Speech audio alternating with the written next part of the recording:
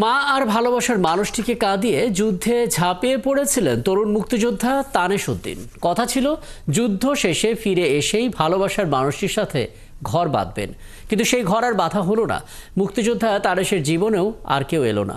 53 বছর ধরে বুক পকেটে প্রিয় মানুষটির ছবি নিয়ে ঘুরে বেড়ান এই মুক্তিযোদ্ধা। মুন্সিগঞ্জের ইয়াসমানির চর ঘুরে এক মুক্তিযোদ্ধার ভালোবাসার গল্প শোনাচ্ছেন শাহনাজ শারমিন। ক্যামেরায় ছিলেন দিদারুল ইসলাম। নিশিরাত বাঁকা চাঁদ আকাশে চুপি চুপি বাসি বাজে বাতাসে। মুক্তিযোদ্ধা তানেশ উদ্দিন আহমেদ যেন ৭৮ বছরের তাজা তরুণ। এই গান এখনো তিনি গেয়ে যান সেই মানুষটিকে ভেবে। যদিও স্বাধীন দেশের স্বপ্নের সেই মানুষটিকে ঘিরে তার আর ঘর বাঁধা হলো না।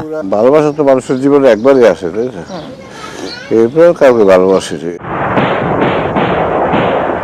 যুদ্ধকালে নিশিরাতে ক্যাম্পে শুয়ে চাঁদ দেখতে দেখতে ভালোবাসার মানুষ জোহরার কথা ভাবতেন আর গানটি গাইতেন। যুদ্ধ শেষে হারিয়ে গেলেন জোহরা, তানেশেরও আর ঘর বাঁধা হলো না। আমি হোমলা ভাইটের থেকে এসে সেই দিয়েছি নাই, আপনার রুমের ফলেছে, সবাই তো ভালো লাগে না, ভালো লাগে একটা আলাদা ব্যাপার। ও অদ্বিতীয় সুন্দরী। নিজের সংসার না হলেও পুরো গ্রামটাই এখন তার সংসার। রাত আর দিন নেই যে সবসময় আমাদের বাসায় এসে দাঁড়ায়। পুরো দেশটাই তার সংসার, সে যেখানেই যায় সেখানেই তার জায়গা। তার কোনো লোভ লালসা থাকলে তো তার বাড়ি করে তো বহুত কিছুই থাকতো।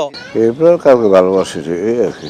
মেঘনার পাড়ে হাঁটতে হাঁটতে তানেশের সেই দ্রোহ আর প্রেমের গল্প শুনছিলাম আমরা ফিরে যাই সেই 1967 সালে, যখন উত্তালে মেঘনা নদী সাঁতরে ভালোবাসার মানুষ জোহরার সাথে দেখা করতেন তানেশ উদ্দিন।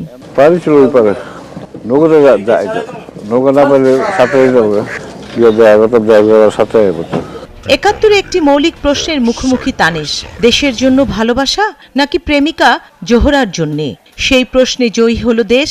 জোহরার আপত্তি উপেক্ষা করে চোখের জলে যুদ্ধে গেলেন তরুণ মুক্তিযোদ্ধা তানেশ। শুধু বলেছিলেন, অপেক্ষা কইরো, ফিরে আসবো। যুদ্ধে যাইতে বলছিল। হ্যাঁ, যান, আমরা করি।